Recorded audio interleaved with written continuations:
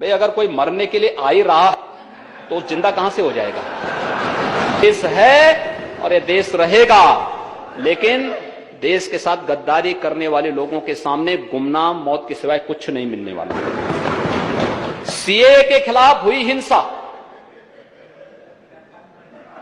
हमें एक बार फिर से इस बारे में सोचने के लिए मजबूर करती है, और महोदय इसलिए भी मजबूर करती है,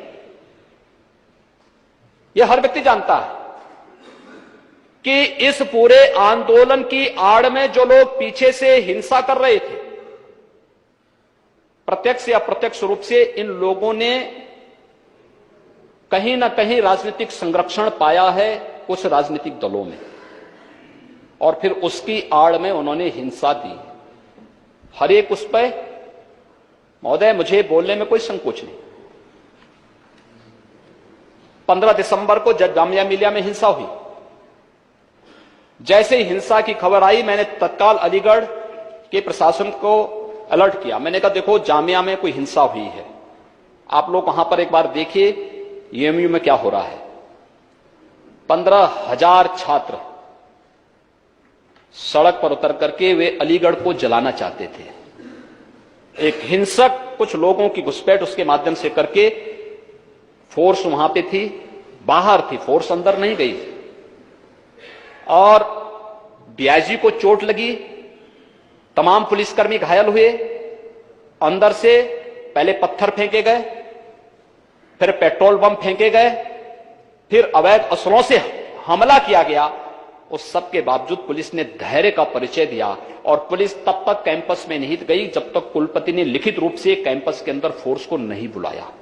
लेकिन कहीं कोई हताहत नहीं हुआ, पुलिस को हल्का बल प्रयोग करना पड़ा था। अलीगढ़ पूरी तरह सुरक्षित है और सुरक्षित आज आगे रहेगा। यानी अगर कोई अच्छा काम कर रहा है हम उसकी सराहना भी नहीं करेंगे। हमने इससे पहले ये बंदी के पहले सबसे संवाद बनाया था प्रशासन ने, प्रदेश में चीफ सेक्रेटरी हो, डीजीपी हो, एसीएस होम हो, सेक्रेटरी होम हो, एडीजी लॉ एंड ऑर्डर हो, जोनल एडीजी हो, रेंज स्तर पर आईजी, डीआईजी, या जनपद स्तर पर एसएसपी, एसपी, डीएम, या फिर कमिश्नरी स्तर पर कमिश्नर, ये जितने अधिकारी थे, यहां तक कि थाना स्तर और तहसील स्तर पर तैनात जो हमारे ज्वाइंट मजिस्ट्रेट हैं या एसडीएम हैं, इन सब ने, सभी स्तर के अधिकारियों ने अलग अलग लोगों के साथ संवाद बनाकर सबसे कहा कि भाई देखो लोकतांत्रिक तरीके से आप लोग अपना धरना प्रदर्शन कर सकते हैं, ज्ञापन दे सकते हैं, लेकिन आगजनी मत करना, तोड़फोड़ मत करना। हाँ, धारा 144 लागू थी, और ये 9 नवंबर के पहले भी थी, समय समय पर लागू भी की गई। जो परमिशन लेता है, परंपरागत पर्व त्योहार इस दौरान हुए हैं, धारा 144 उस पर लागू नहीं होती। और इसके बाद बार बार कहने के बावजूद सरेआम किस प्रकार से प्रायोजित तरीके से ये सारे किए गए, किस प्रकार से किया जा रहा है, यानी मुझे आश्चर्य होता है। यानी मैं अब तक तो ये सोचता था कि अपराधी भी अपने पुत्र और पुत्री को अपराधी नहीं बनाना चाहता, लेकिन यहां बड़े बड़े राजनेता अपने पुत्रियों को भेजते हैं उन लोगों के बीच में जो भारत विरोधी नारे लगा रहे हैं। आप देख सकते हैं आचरण, कहां ले जाना चाहते हैं हम देश को, कहां देश को ले जाना चाहते हैं, कैसे पीढ़ी हम देना चाहते हैं देश को, कैसी वारदातें हम करवाना चाहते हैं। जो भारत के खिलाफ नारेबाजी कर रहे हो, आजादी के नारे लगाए जा रहे हैं, कैसी आजादी, यानी किस प्रकार की आजादी के नारे लगाए जा रहे थे। और भाइयों बहनों, हमें इन्हीं चीजों को देखना होगा। क्या जिन्ना के सपने को साकार करना है या बापू के सपने को साकार करना है, तो तय करना होगा। महोदय, जो 19 और 20 दिसंबर को हिंसा हुई, पुलिस और प्रशासन के कार्यों की तारीफ की जानी चाहिए कि उत्तर प्रदेश में दंगा नहीं हुआ, एक भी दंगा नहीं हुआ। और इसलिए भाई अगर कोई मरने के लिए आ ही रहा है तो जिंदा कहां से हो जाएगा।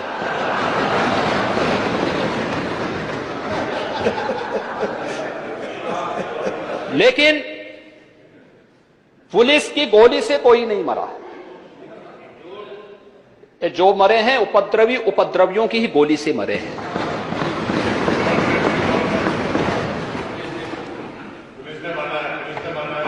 ठीक बात है, कोई बात नहीं, कोई बात नहीं। बाधा ना डालिए, बातचीत ना करिए। अगर कोई व्यक्ति किसी निर्दोष को मारने के लिए निकला है अवैध असला लेकर के, और वह चाहता है कि मैं किसी निर्दोष को शिकार बना दूं, किसी व्यापारी को शिकार बना दूं, और वह पुलिस की चपेट में आता है, तो भैया तो पुलिस का कर्मी मरे या फिर वो मरे, दोनों में से किसी एक को तो मरना होना, किसी एक को तो मरना होगा। लेकिन एक भी मामले में पुलिस की गोली से कोई नहीं मरा है। ये उपद्रवी आपसी उसमें मरे गए हैं और एक बहुत बड़े षड्यंत्र का पर्दाफाश इसके साथ होता है। महोदय, पीएफआई का बहुत बड़ा टेरर फंडिंग का ट्रांजैक्शन का खुलासा भी होता है इसके साथ। ये पीएफआई क्या हमारा हितैषी है क्या? ये सीमी जैसे संगठन का परिवर्तित नाम है PFI, popular front of India. और इन उपद्रवियों के साथ किसी प्रकार की सहानुभूति का मतलब सीमी और पीएफआई के साथ सहानुभूति, ये कभी नहीं करना चाहिए। मत बनिए जोगेंद्रनाथ मंडल बनने का गलती मत करिए। यह देश है और यह देश रहेगा, लेकिन देश के साथ गद्दारी करने वाले लोगों के सामने गुमनाम मौत के सिवाय कुछ नहीं मिलने वाला, कुछ नहीं होने वाला है। हाँ, चिंता मत करो।